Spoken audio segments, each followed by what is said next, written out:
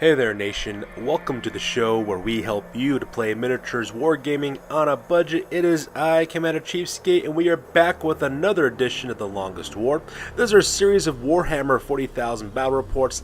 This is a 1,500 point battle that is fought between my friend Scream of the Emo with his esoteric Order of Dagon, which is Genestealer Cults army, versus yours truly with Watch Company Tertius of the Deathwatch.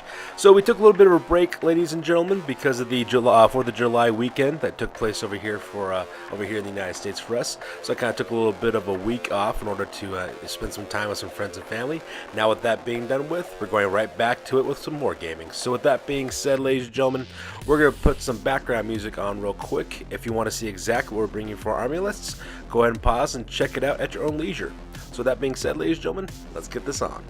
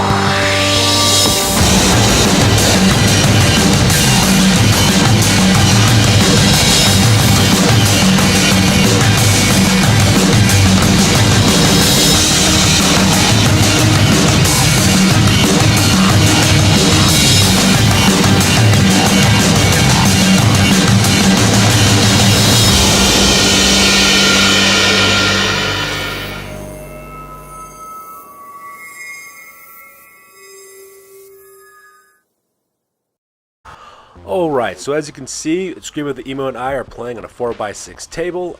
We got lots of terrain spread throughout the entirety of the battlefield. We have a police station over in the right hand corner. We have some industrial ruins in the center of the table as well.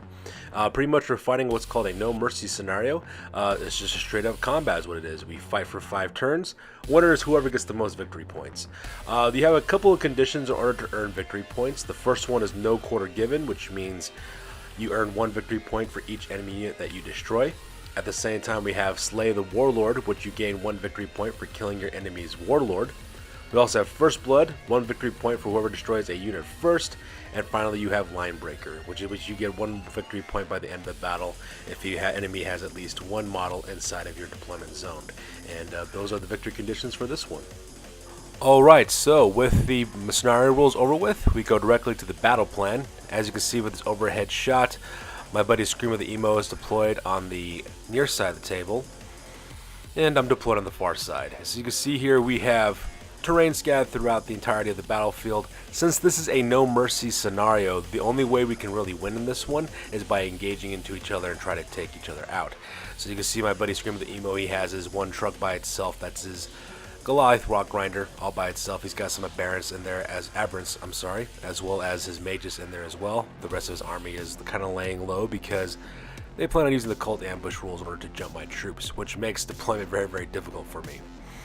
At the same time, as you can see in the top, I got 3 of my kill teams as well as 3 characters from my HQ choices located at the top as well. Pretty much what my plan is to have my opponent come to me.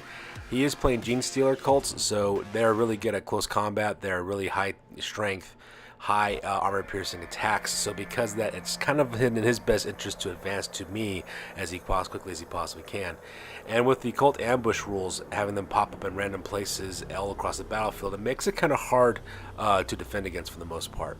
So that's pretty much my plan. It's just to hang back, wait for his units to pop up with Cult Ambush, destroy them with overwhelming firepower, because that's what Deathwatch does best, and then hopefully kind of move from there, because until his forces arrive, I really have no way of knowing how he's going to deploy his forces for the most part.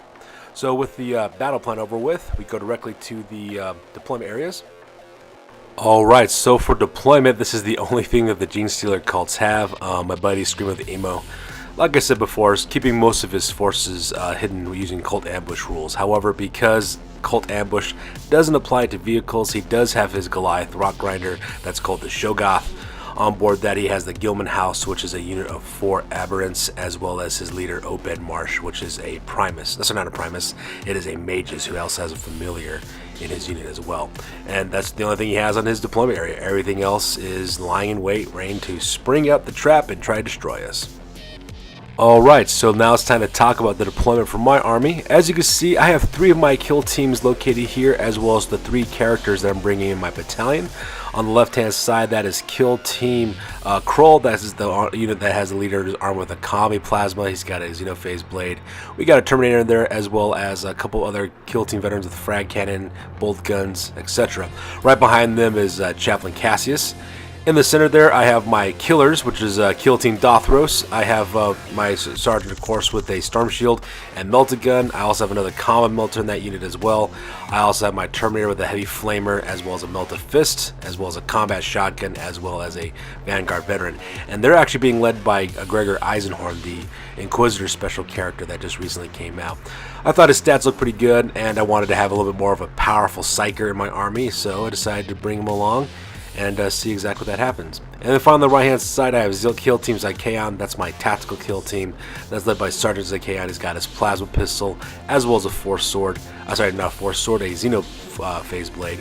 He's also got a Frag Cannon unit, as well as a Terminator as well. And right behind them, of course, I have Watch Captain Artemis, because that's my warlord for my army. The rest of my army is pretty much waiting in the Teleportarium. I spent 3 command points on that to make sure they drop down at the opportune moment. So with deployment over, we go directly to the turn number 1, and we roll off to see who goes first.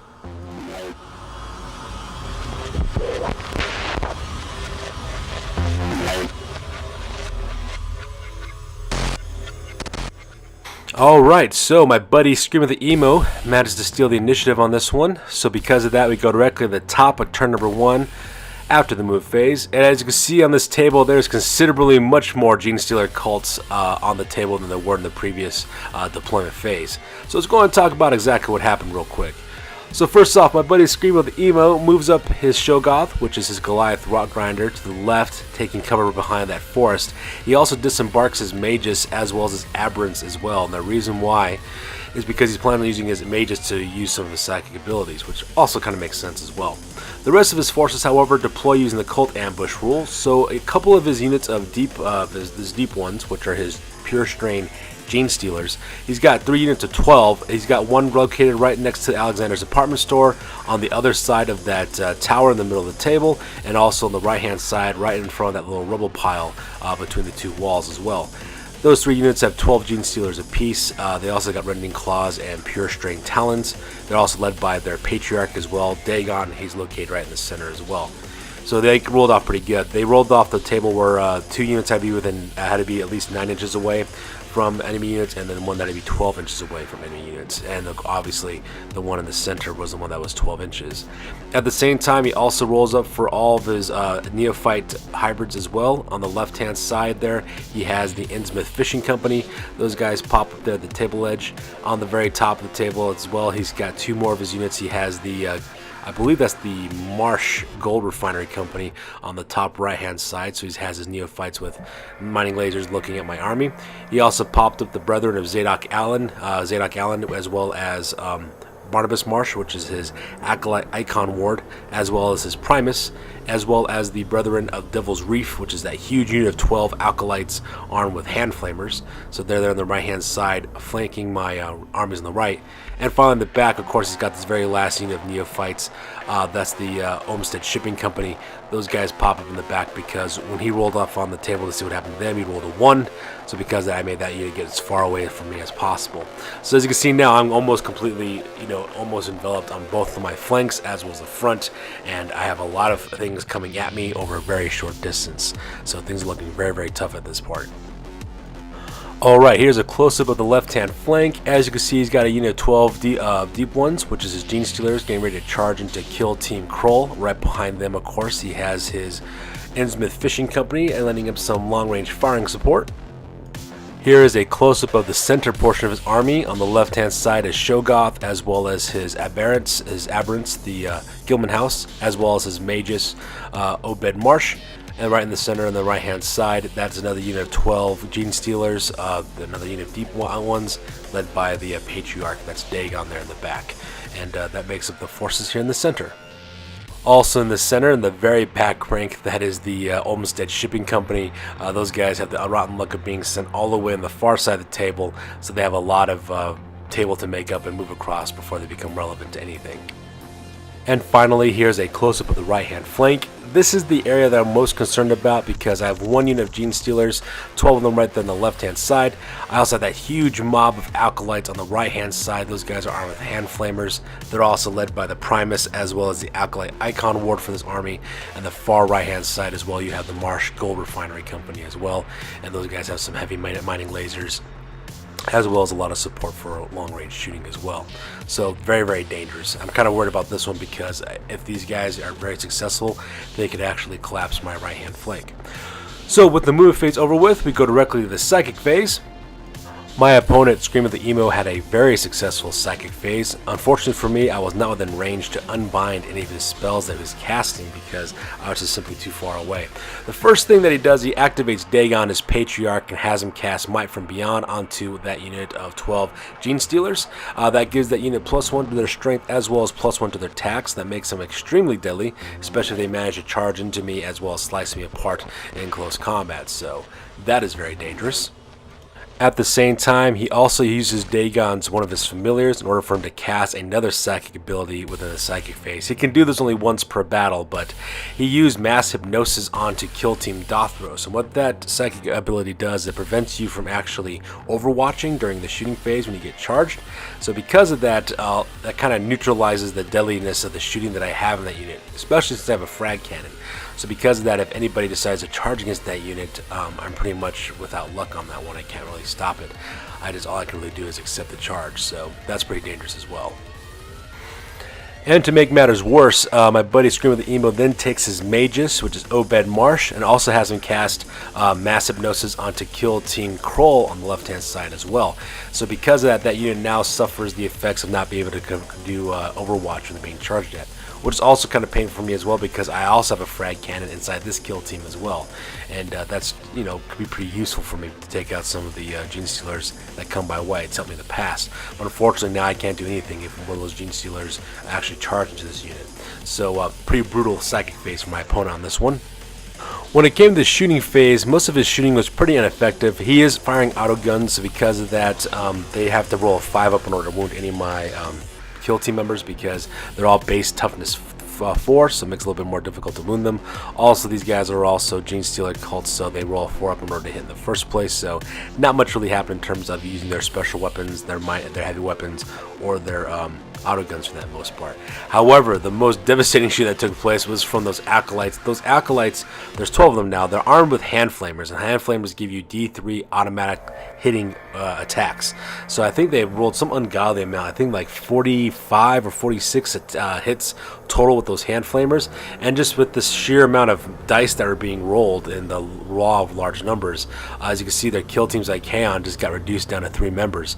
All I really have left is Sergeant Zykaon, as well as my Terminator, who are armed with a Stormbolter and Power Fist, as well as my Infernus Bolter as well. And that's all I really have left in that unit. So very, very devastating amount of shooting from those hand flamers. I am now absolutely afraid of Acolytes armed with hand flamers because of this. So with that being said, ladies and gentlemen, we go directly to the charge phase. Alright, so unfortunately I forgot to take a photograph of the charge phase, so I do apologize for this, so there isn't any images on this one. All I need to know is that on my left hand flank, a unit of Genestealer Cults charged into kill Team Kroll, and we're going to show the combat that took place over there here in a second. And on the right hand side, those Acolytes, they charged into the remainder of kill Team Zykaon, and that's all that really happened. The rest of his army was unable to successfully charge anything, so that did kind of work out for me. But at the same time, though, I had no Overwatch ability for my units that got charged, so things did not look very good. So with the charge phase over with, we go directly to the combat phase. Alright, so with the charge phase over with, or lack thereof because I forgot to take a photo, we go directly to the combat phase, and as you can see in this photo, that unit of 12 Genestealers just wiped out Kill Team Krull like it was nobody's business. It was absolutely demoralizing to watch that happen. Because my troops had massive gnosis put on them, they were unable to really do anything in the Overwatch phase because they really couldn't engage or shoot for that matter. Also, add into effect, you have -1 to hit in the fight phase, also proved to be very brutal for me as well. So unfortunately for me, it ended up happening that those Genestealers just managed to slaughter almost everybody within that unit. I think the only guy I had left was my, I think it was not my Terminator, I believe it was my frag cannon operator, that's right. It was my Deathwatch veteran who had a frag cannon, but when the morale phase happened, he failed the morale phase. It was pretty bad, so because of that, he also fled off the table. So because of that, now that whole lane on my left-hand side is completely open, and the only thing that's standing between these Genestealers and the rest of my army is Chaplain Cassius there on the left-hand side. We also go directly to the morale phase here on the right hand side, and as you can see in this photo, I forgot to show the charge phase of these acolytes charging into the remainders of Kill Team's Kaon. Just like on the previous turn, they did manage to kill almost everybody in that unit. I think the only guy who was left over was Kaon himself, but unfortunately for him, he also failed the morale test as well, and he fled off the battlefield because of that. So that leaves my right hand flank open for attack as well. And that pretty much makes it a very strong turn number 1 for my opponent, Scream of the Emo. So that being said, ladies and gentlemen, go directly to the top of turn number 2 for the Deathwatch.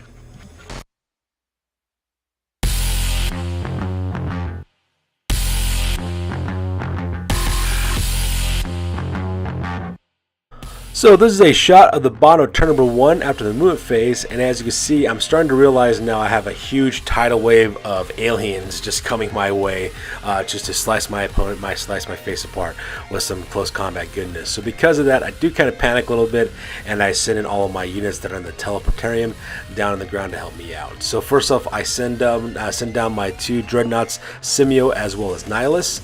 At the same time, I also summon in Kill Team Kruad, which is my last kill team, my largest kill team that I kept in reserve on the battlefield. At the same time, I also maneuvered my last 2 kill teams over to making firing lines on the left as well as the right hand side. I also use Eisenhorn's ability to summon up Cherubael as well, so that character, that demon host, is now on the table because I'm going to be swarmed here pretty soon with all my forces. And as you can see there, I also have my dreadnoughts in the back as well, kind of creating this triangular shaped defensive position because I'm being assaulted from both sides. And pretty much that's all I can really do at this point, is just try to stand my ground and fire back. Here's a close-up of my right-hand flank. As you can see, I have Kill Team Dothros making a kind of a line between that industrial tower on the left-hand side as well as the hill to my right. I also have Watch Cat and Artemis watching the right-hand flank of that unit as well. Right behind them in the center, I have the demon host Cherubael with Gregor Eisenhorn as well to kind of lend in their psychic abilities. And the right-hand side, I also have my Dreadnought Simio, who's armed with a heavy plasma cannon as well as Dreadnought Combat Fist. Meanwhile, on the left-hand side, I have Kill Team Kruad. They're in the line formation there as well, right with Chaplain Cassius take up the front left-hand side. And then right behind them, of course, I have my Dreadnought, that is Nihilus. He's armed with twin heavy las cannons, as well as a combat weapon with a heavy flamer as well. And that pretty much makes it my entirety of the move phase. So with the move phase over with, we go directly to the psychic phase. During the psychic phase, not really much happened for the most part. The only thing I was able to do was to cast Smite with Gregor Eisenhorn, my Inquisitor. So because I did manage to kill 3 of the Acolytes, so I brought this unit of 12 down to 9. So that part was pretty nice, but for the most part, that was the only thing that really happened. So with the psychic phase over with, we go directly to the shooting phase. Alright, so during the shooting phase, as you can see here, both units of Genestealers as well as a huge unit of Acolytes are now completely gone off the table. And the reason why I was mainly able to do so is because of my shooting abilities from my kill team as well as from Artemis. So Watch Cat Artemis opened up with his Hellfire Extremis. He opened up with his Bolter, managed to kill 2 Acolytes with that, also managed to kill 4 Acolytes with the Flamer on that part, so that took out 6 of them. And then finally what I did is I threw a Stasis Bomb with this character as well, and that was able to wipe out the the remainder of his army of that unit as well. So those acolytes are now off the table, which is pretty awesome for that matter. I then took Kill Team Dothros and had them concentrated fire onto that unit of 12 Genestealers, and that unit just managed to wipe those guys out. And almost half the unit was wiped out just by the frag cannon in that unit alone, and the rest of the combinations of the combo meltas as well as bolter fire and everything else was enough to whittle that unit away as well. So that part was kind of cool too. And because the closest enemy targets at that point on the right hand flank were characters, I took Simeo, had him open up with his heavy plasma cannon, and as you can see, I just took out that icon, the Acolyte Icon Ward, which is Zadok Allen, just blew that guy out of his socks, so that part was kind of neat as well. Meanwhile, on my left-hand flank, that unit of 12 Genestealers is also wiped out by Kill Team Cruad. Just the combined fire of the frag cannon as well as the auto cannon from my Terminator pretty much did most of the killing in that unit as well. Then of course the rest of the bolter fire from Cassius as well as from the bikers and for everybody else in the unit, the Deathwatch shotgun pretty much did all the rest of the work and managed to kill off that unit as well. So now both my left-hand flank and my right-hand flank are relatively secure at this point because we don't have to worry about being charged too quickly by Genestealers. However, the real star of the shooting phase was actually Nihilus the Black Shield, my Dreadnought armed with his twin last cannons. What I did is I spent 2 command points for Synaptic Severance, which is a stratagem that the Deathwatch can use against Tyranid forces, and basically what happens is that allows you to target synapse and characters this turn, even though they may not be the closest unit towards you, which is extremely helpful because when you're fighting against Tyranids, what makes that unit operate so well is their synaptic characters. So I took Nihilus, took aim with both of my heavy last cannons and took aim at the Patriarch Dagon and cut loose and opened fire upon him. And needless to say, I managed to blast that guy back to oblivion. Nihilus opened up with both of his last cannons against the Patriarch. Both of them managed to hit, and by the time I rolled my 2d6 to figure out the damage that was done, I think I rolled like an 8. So because of that, the Patriarch only has 6 wounds because I just atomized that guy to the next life, which is extremely helpful for me. So all the bonuses that he would usually give his normal Genestealer Cults, as well as his personal fighting ability, just wiped him off the face of the planet, and that was pretty awesome as well. And since I decided not to do any charging, there is no combat phase, and none of my units took casualties, so I don't have any morale phases. And the enemy units that did take casualties, they're all wiped out. So because of that, we go directly to the top of turn number 2 for the Genestealer Cults.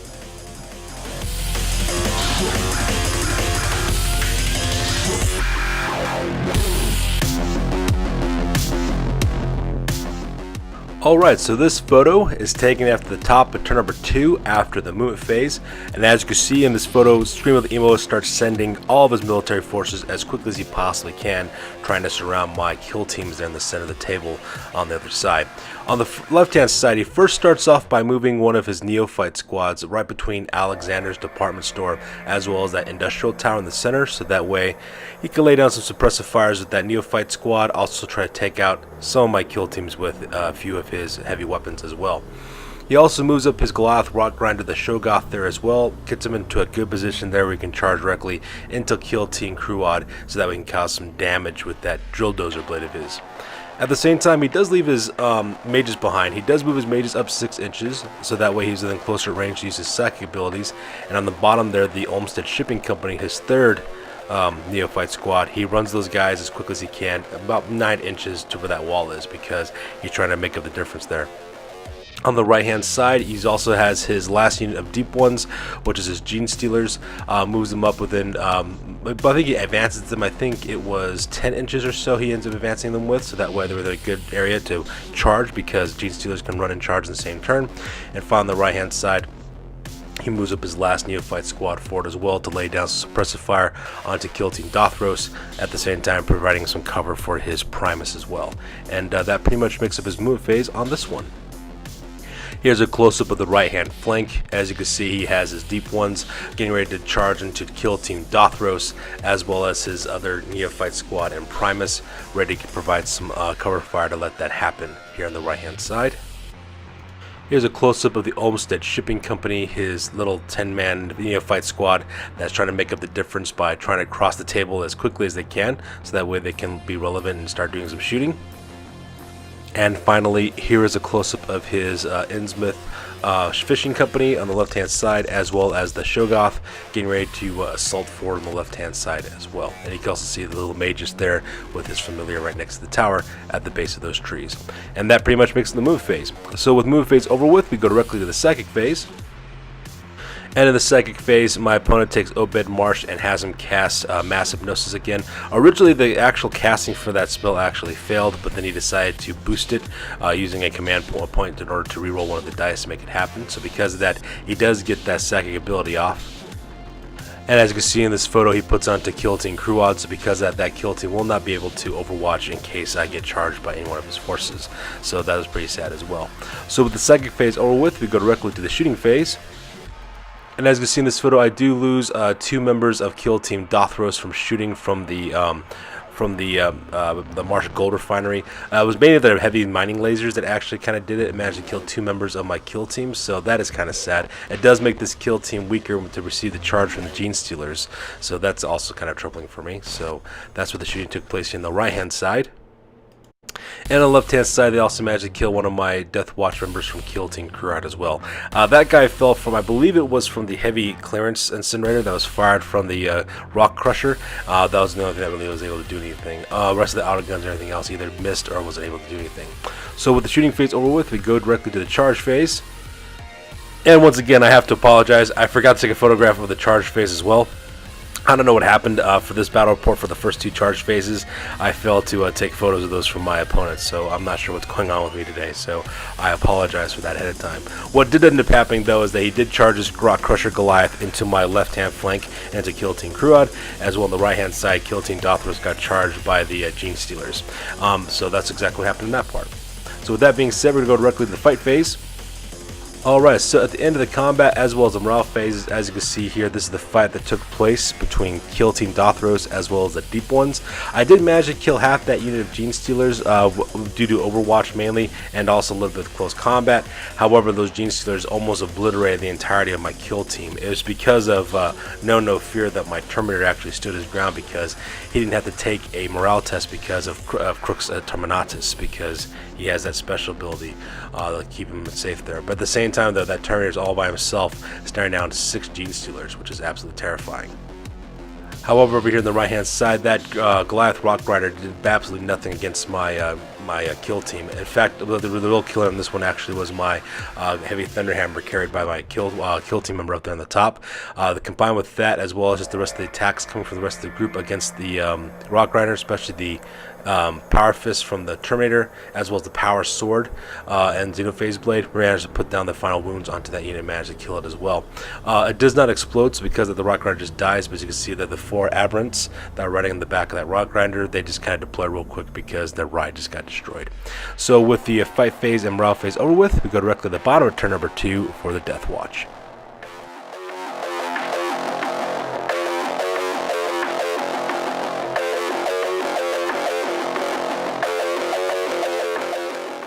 Alright, so this photo is taken after the move phase. As you can see, there's really no movement really going on with my army, really. Both my kill teams stand their ground. Same thing with Eisenhorn and Cherubael. Same thing with Watchcat Artemis. The only real movement that really takes place is my 2 Dreadnoughts. You can't really see it in the center, but in the center there, I move up a Nihilist right to right through my battle lines, heading straight to the Aberrants, because I'm going to bring some good old-fashioned close combat goodness, because aside from the Aberrants, my opponent really only has soft choices left in his army as well.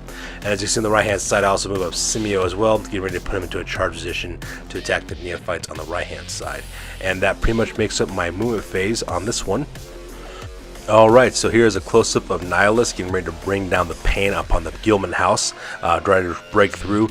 My plan here is to destroy the Aberrants with either long-range fire from my Dreadnought or from fire from my kill team Cruad, and then have Nihilus either charge that unit of Aberrants to finish them off, or hopefully, if I'm lucky, kill that unit of Aberrants during the shooting phase, and then charge with Nihilus directly into the fishing company and destroy those guys in close combat as well. Here's a close-up of the left-hand flank. As you can see, I put up Artemis as well as Gregor Eisenhorn as well as Cherubael in order to support that Terminator, the lone remaining member of Kill Team Dothros, so that way they can destroy those Genestealers. And as you can see on the right-hand side, I'm also sending Simio with his heavy plasma cannon directly into the Marsh Gold Refinery Company and take out those guys in close combat as well as shooting as well. Unfortunately for me, second phase wasn't really all that important. Nothing really happened. But in the shooting phase, however, my rest of the shooting primarily from Captain Artemis, as well as Gregor Eisenhorn, as well as my Terminator, were able to finish off the last 5 remaining Genestealers from the deep ones that were attacking Kill Team Dothros. So that part was absolutely fantastic to see all those Genestealers getting crushed to death with some good old-fashioned long-range fire. It was primarily the Hellfire Extremis' flamer shot that really did most of the damage, so that part was pretty awesome. Meanwhile, on the left-hand side, the combined fires from Kill Team Cruad as well as Nihilus was able to destroy that unit of Barons, as well as cut down that unit of Neophytes down to half strength. So that part was pretty awesome as well. So that's pretty much makes the shooting phase. So with the shooting phase over with, we go directly to the charge phase. And the third time is the charm. So as you can see, I did take photos of the charge phase this time. As you can see, I sent in Simio directly into the Marsh Gold Refinery Company and get ready to engage those guys in some good old-fashioned close combat. These guys are toughness 3, so they're very soft. They really don't have much in terms of hard-hitting melee attacks. So hopefully Simio will be able to crush these guys with his Dreadnought might. And exactly the same thing happens over here on the left-hand side. I also charge Nihilus into the Innsmouth Fishing Company as well. And just like Simio, when these guys tried to overwatch, they weren't able to do much of anything against him because he is a Dreadnought. So with the charge phase over with, we go directly to the combat phase as well as the morale phases. As you can see in this photo, Simio had no problem whatsoever destroying the rest of the Marsh Gold Refining Company. Just the close combat power of his Dreadnought close combat was enough to do most of the damage on that part. So that was pretty epic. The only thing that's left now is that Primus staring down the barrel of that huge plasma cannon of Simio's. And at the same time here, Nihilus also managed to destroy the the Innsmouth Fishing Company as well, and whoever he didn't kill ran away because of failing the morale tests. So with combat phase over with, we go directly to the top of turn number 3 for the Tyranids, the Genestealer Cults. But instead of continuing onward, my buddy Scream of the Emo decides to surrender instead. As you can see, the only thing he has left is 1 squad of Neophytes as well as Mages, and I still have 1 kill team as well as 2 Dreadnoughts. So at this point, pretty much calls the game. So that being said, ladies and gentlemen, we go to the after action report because this battle report is now officially over. Alright, now it's time for the after action report. This is the part of the battle report where we talk about what went well, what went poorly, and what we can do for the next time that we do battle. So this is the after action report for the longest war, battle report number 14, and it being a victory for yours truly. So let's go and talk about that real quick. So in the end, I managed to squeeze out 11 victory points out of this scenario, while my buddy Scream of the Emo managed to put out 4 victory points. I was mainly largely able to do that because of the Nord Quarter given victory points conditions, where I got a victory point for every enemy unit I destroyed. And same thing with Scream of the Emo. He got 2 of those for destroying 2 of my kill teams. He also got 1 for getting inside of my line breaker, as well as also having first blood as well. In the end, for the losses, Scream of the Emo, he lost Dagon, Old Zadok Allen, 3 units of his deep ones, the Gilman House, the Marsh Gold Refinery Company, the Innsmouth Fishing Company, the Brethren of Devil's Reef, as well as the Shogoth. My losses were to kill teams I can, as well as to Team Kroll. So in the end, Genestealer Cults are absolutely terrifying. Every single time I go up against these guys, I'm always afraid to see what these guys can do. They're highly, highly unpredictable to really kind of figure out what their movements are, and that's because of that cult ambush ability that they have. They are very, very quick, they hit like a brick, and they tear through armor like it doesn't exist because of their rending claws, as well as the high amount of armor-piercing attacks that they have. Throughout the entire battle, just to be honest, I was completely outflanked and outmaneuvered the entire time. I did not have the initiative during the battle, so because of that, all I was doing is I was reacting to things that Scream of the Emo was doing instead. He kind of set the pace of the battle as well as the tone of what was taking place for most of the time. Not having Overwatch due to that massive Gnosis, as well as the -1 to hit, really hurt, especially during the shooting as well as combat phases, because that thing is made up of nightmares, and that thing is absolutely terrifying to have to go up against, knowing that you have these huge hordes of like aliens charging at you and you can't really do anything to stop them really. Same thing with those hand flamers that those acolytes are wielding. Using those things in mass is absolutely terrifying to see that happen. That thing just ate up my entire kill team with those hand flamers, and so because I always be aware of those guys, because that was pretty dangerous as well. However, the one thing that did kind of help me out is during the first turn when he actually deployed all of his Genestealer units using the Cult Ambush ability, he wasn't as successful with his charges. He only had 2 of his units actually make the charge, one of his Acolytes as well as one of his Genestealer Cults. If the other units of Genestealers with his Patriarch managed to get into close combat as well, this battle would have been totally different, because I have no doubt that those Genestealers would have just chewed through my kill teams like it's nobody's business. In the end, the thing that kind of helped me out, however, was firepower, and firepower, because Deathwatch units are always outnumbered, but they're never outgunned. Hellfire bolts really helped for me to secure the win on this one by chewing through his Genestealers. Using Hellfire bolts plus frag cannons and all the other powerful weapons that these guys were bringing really kind of set the tone as well. My problem is that my forces are too concentrated, and my forces, because they're primarily infantry based, they don't really have much maneuverability. So I need to find a way to move them across the battlefield easier and also more quickly as well. The reason why is because teleportarium combat stratagems only could do so much for you. In fact, my stratagems were actually used to reinforce my initial units of kill teams because they got chewed up that badly. However, I still love playing with Deathwatch. They're an amazing army, if not difficult to play because of their size, but you know, they're really good times to have those guys. As always, this was a great game. I had fought against an awesome opponent, and I'm also looking for the rematch on that one as well. So that's going to do this for this one, ladies and gentlemen. Please feel free to like, comment, and or subscribe. Your guys' input is always invaluable to us always. Also check us out on Facebook, Instagram, Blogger, as well as Google Plus for all the latest and greatest about what we're doing for the hobby. That's going to do it for this one, you guys. Longest one over 14 is in the books. We'll catch you guys in the next one. Peace out, you guys, and stay classy.